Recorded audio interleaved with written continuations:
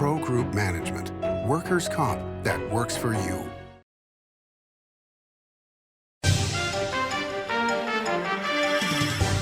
Welcome to an all-new Nevada Newsmakers. I'm the poor man, Sam Shad. Mike Draper filling in for Sam while he's on vacation. We've got a very special show today with Andrew Diss, the Chief Strategy Officer for Meruelo Gaming.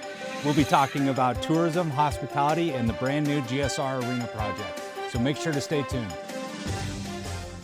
The 13th annual Nevada Newsmakers Goes to Washington is brought to you by Pro Group Management, workers' comp that works for you.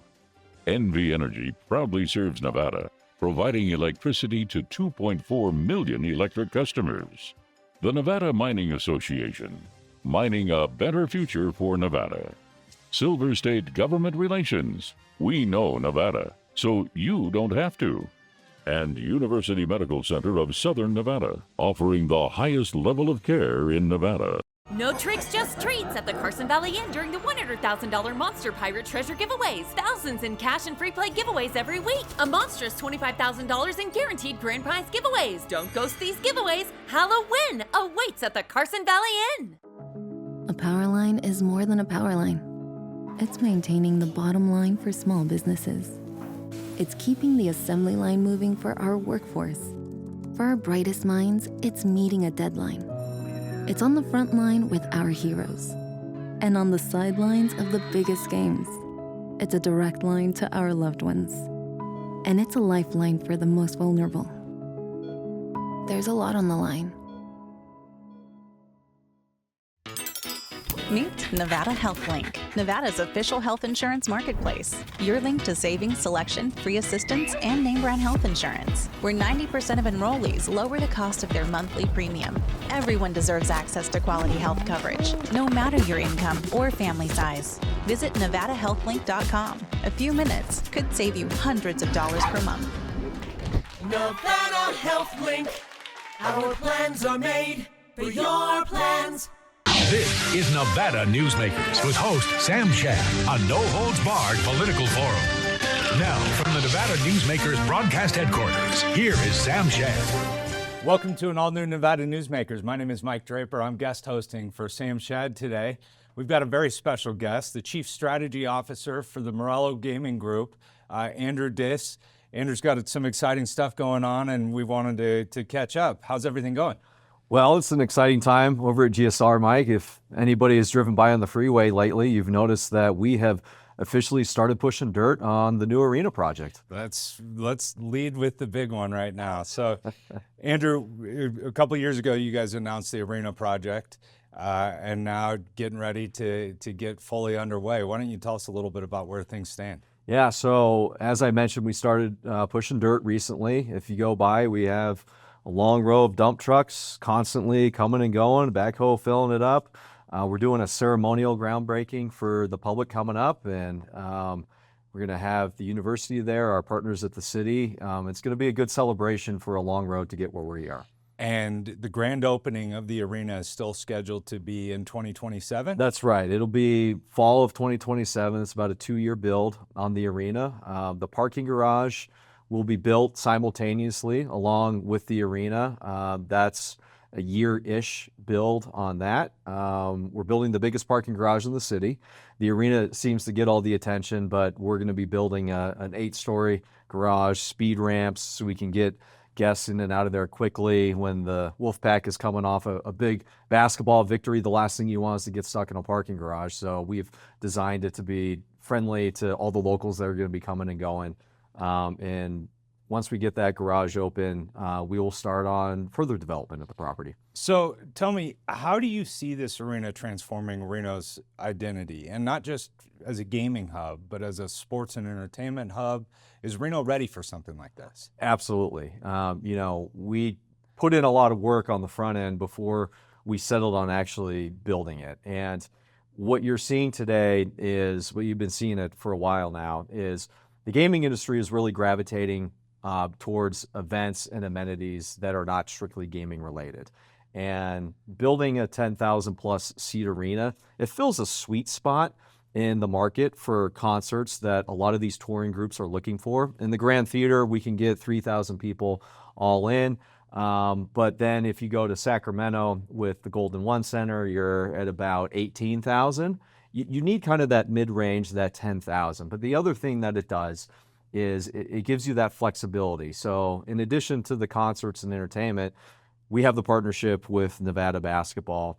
We'll be able to do ice events in there, monster trucks, like you name it, we'll be able to host it in that facility. So you said this fills a sweet spot, right? We don't have an arena of this size in Northern Nevada.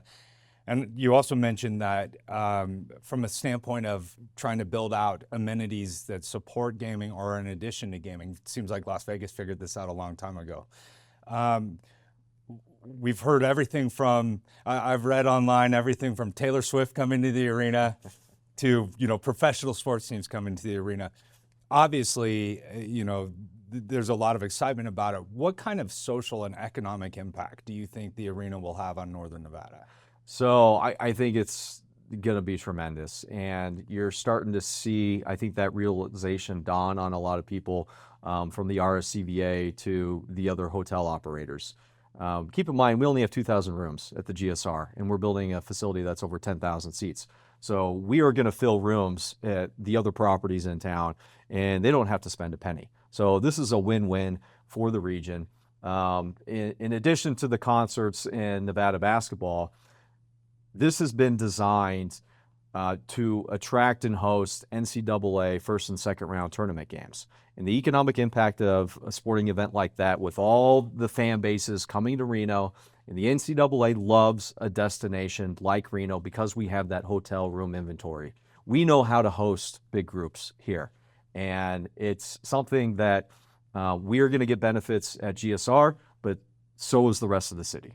Do you think this could be a catalyst for more flights and things like that to and from the airport? We certainly hope so. And we have been speaking with the airport from the very get-go on this.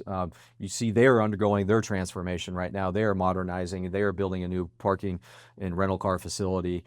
Those are things that we need to boost the tourism and visitation outside of the drive-in market that currently comes to Reno. For basically since this destination became a resort mecca, if you will, we have been reliant on people getting in their cars from the Sacramento and Northern California region. But with everything that the airport is doing, we're going to be able to attract those larger convention groups and hopefully get more direct flights here, because that is the one thing that'll really drive our Monday through Thursday convention business, is getting more direct flights into Reno. Now, I'd be remiss if I didn't ask you about some of the financing for it, right? It generated a lot of attention earlier this year. I think that there's people that have drawn conclusions based on other projects, and I want to give you the opportunity to explain sort of what the agreement is with the city of Reno. That project's in a redevelopment zone and how it's taking advantage of that opportunity. Yeah, so the biggest takeaway I think I want your viewers to get from this is that none of the money that they pay in taxes is being used to build this arena. Full stop. And I think that there was an education component that went along with us in our financing mechanism. It's called TIF, Tax Increment Financing. And it's actually a program that has existed since 1983 right here in Reno. It was created by the legislature to help downtown specifically. And then in 2005, the legislature gave the city the authority to create a second district, which the Grand Sierra sits in. And that allows us to reinvest our increased property tax value into the project to help make it pencil. Because with the cost of materials and the way everything is in the development space right now, projects like this do not pencil without that public-private partnership in place. All right, we've got other things we want to talk about, but I got to ask you this. Can you give our viewers, before we go to break, any kind of sense or tease on some of the acts or events that we might see in the arena? You mentioned Taylor. Our marketing team is very good at punching above their weight in the types of acts that we currently get to come to Reno. And I have a lot of confidence that we'll have some surprises. We just don't know. It's still early, but we are shooting for the moon. Perfect. We'll be right back on an all-new Nevada Newsmakers. Welcome to Story County, where history meets innovation, and a pioneering spirit continues to shape our future. At the heart of the Tahoe Reno Industrial Center, we power the future with global leaders in technology and manufacturing, driving progress that reaches far beyond our county lines. From advanced manufacturing to tech innovation, our industries are creating thousands of quality careers, fueling a vibrant economy that benefits every Nevadan. But it's more than just growth. Our community is our foundation, supporting families, empowering local initiatives, and creating a place where everyone belongs. Be part of a legacy built on bold ideas and boundless possibilities. Join us in building a brighter future right here in Story County. Story County, helping build Nevada's future.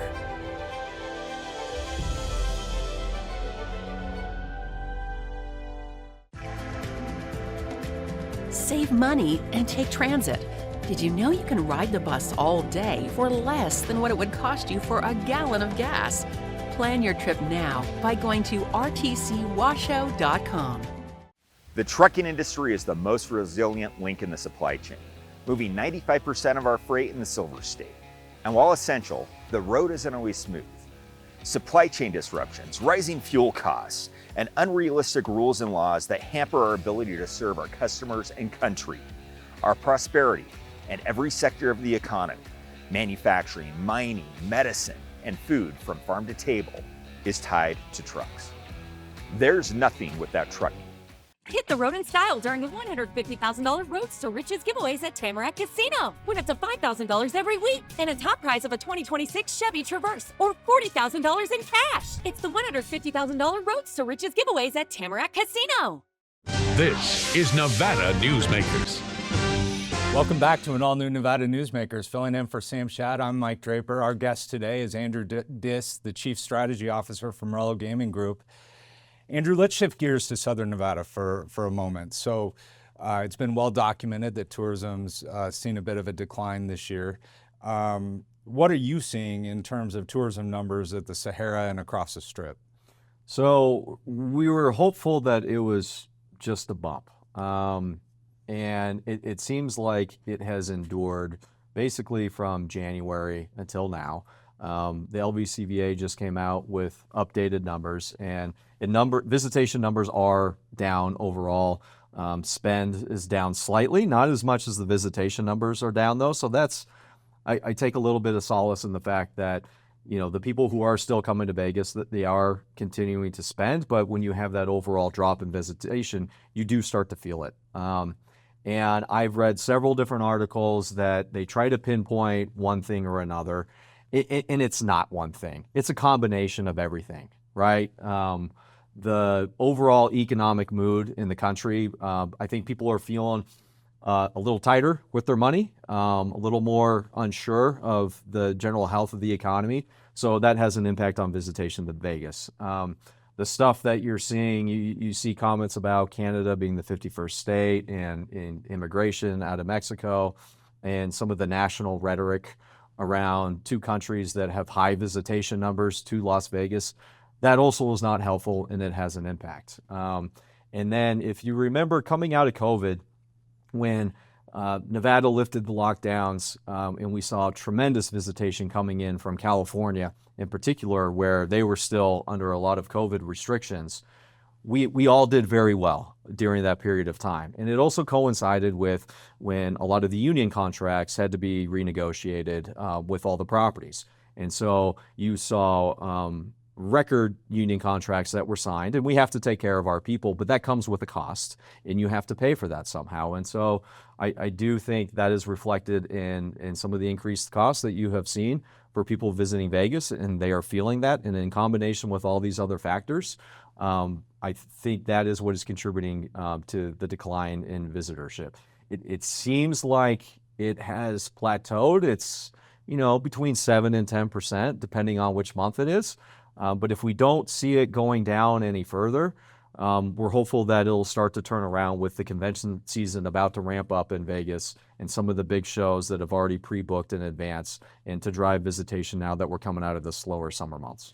Are there things that the Sahara is doing or that you would like to see our elected officials or community leaders doing to help ensure that Vegas remains as resilient as it's always been related to gaming and tourism and hospitality? I think we have to reestablish that Vegas is still a value destination.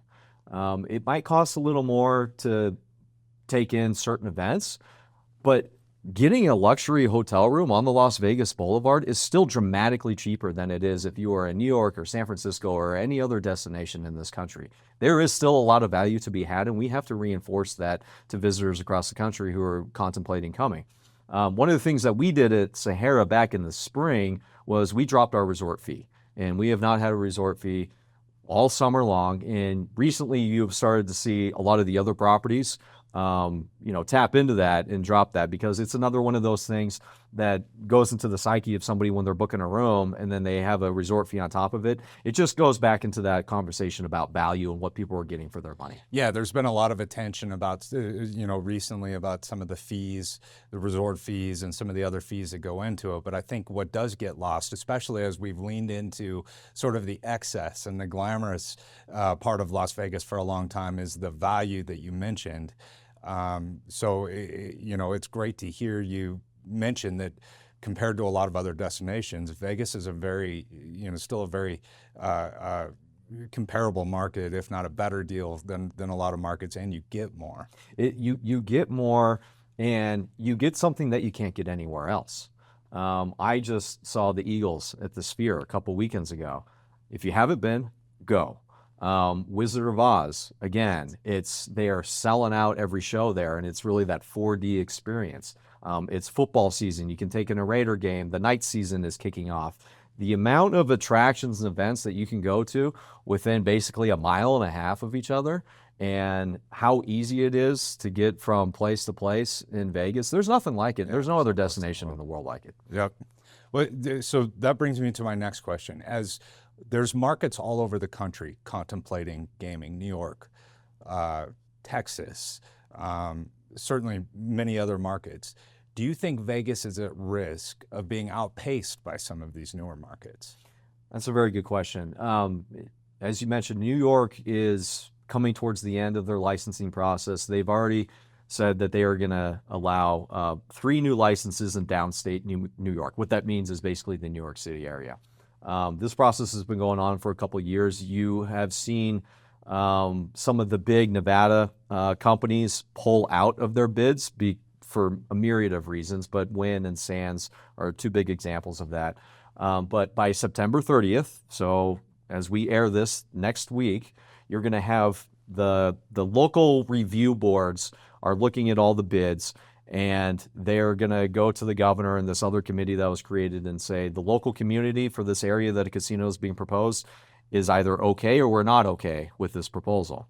And there's 2 major strings attached if you want to build a New York City casino. Number one is you have to pay a $500 million licensing fee.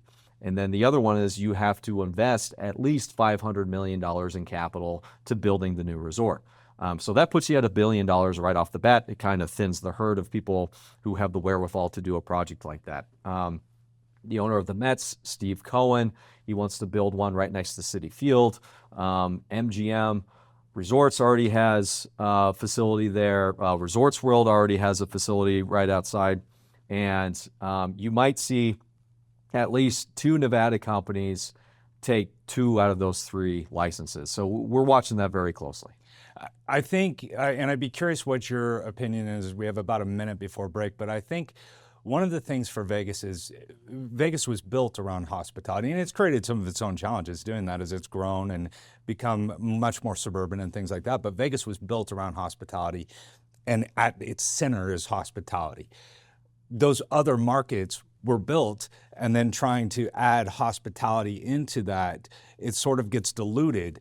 And so I think Vegas will always have that advantage on any other market. I'd be curious what your thoughts are. 100%, Mike, and location also plays into that. We have the airport close to Las Vegas Boulevard. If you look at a place like New York, none of these resorts are going to be built in Manhattan itself. It's going to be in Brooklyn or in Queens, outside of really your heavy touristed destinations. So there is going to be a significant difference, and I just don't think anywhere else works quite as well as Las Vegas does.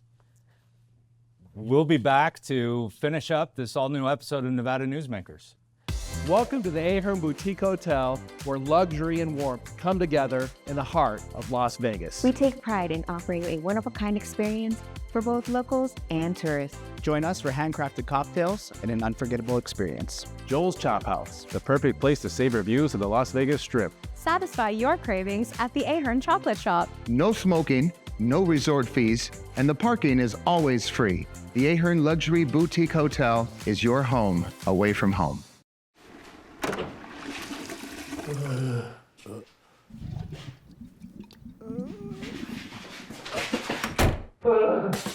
It happens. And when it does, there's UMC Quick Care. You're in trouble with the law. It's easy to think you'll lose everything, but there is hope. I'm attorney Orrin Johnson. Your first step is to hire a serious attorney with the experience to successfully navigate the legal system for you. Sometimes hope means addiction treatment instead of jail, and making sure you're treated fairly.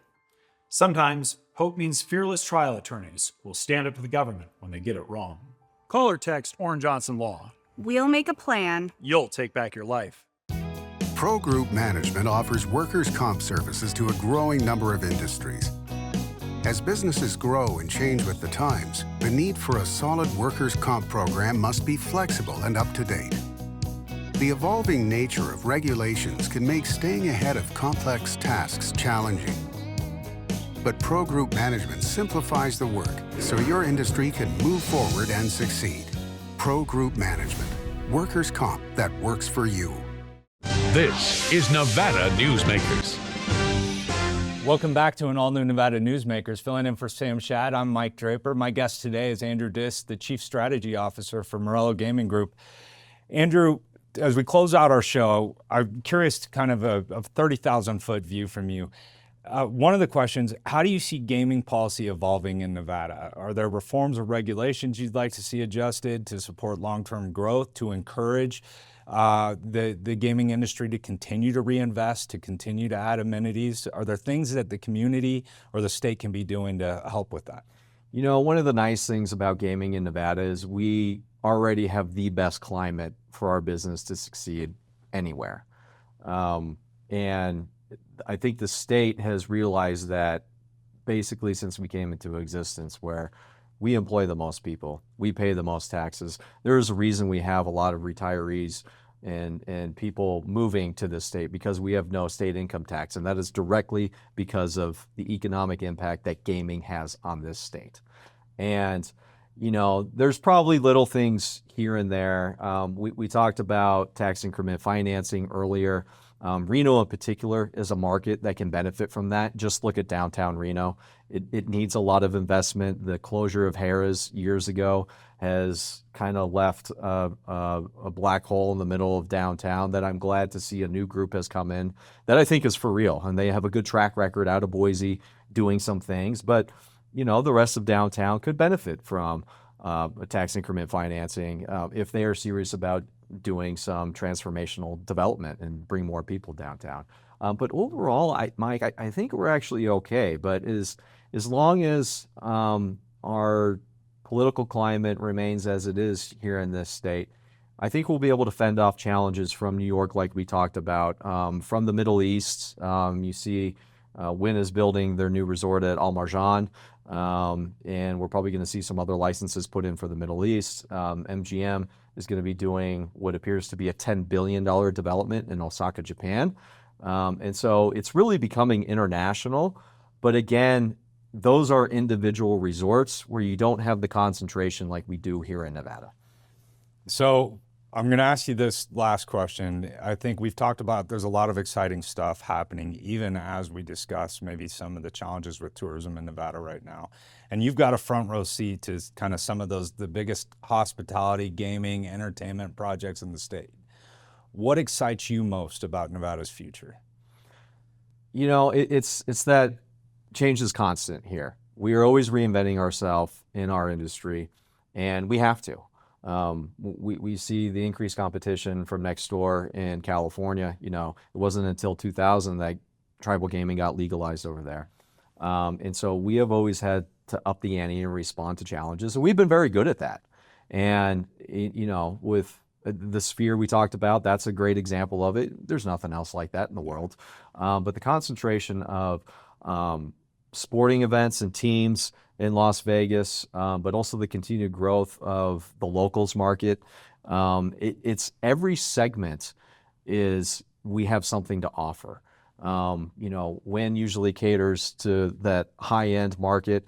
The rest of us, you know, that middle to high-end market, and then you have the locals market is served, and we're better at doing it than anywhere else in the world. And we have the best talent here in this state, and our workforce knows what they're doing. And as long as we continue to get the support that we need from officials in this state, I think we'll be just fine.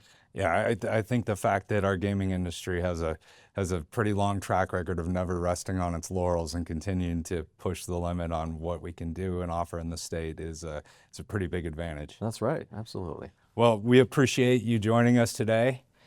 Thank you for joining us on an all-new Nevada Newsmakers.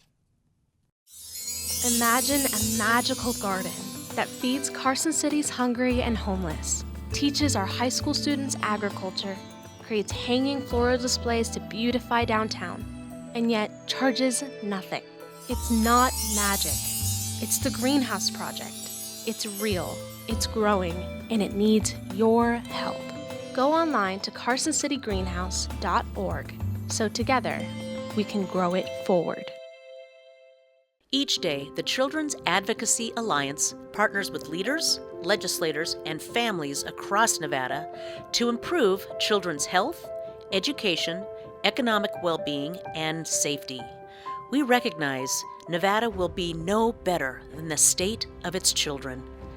Be a part of this change.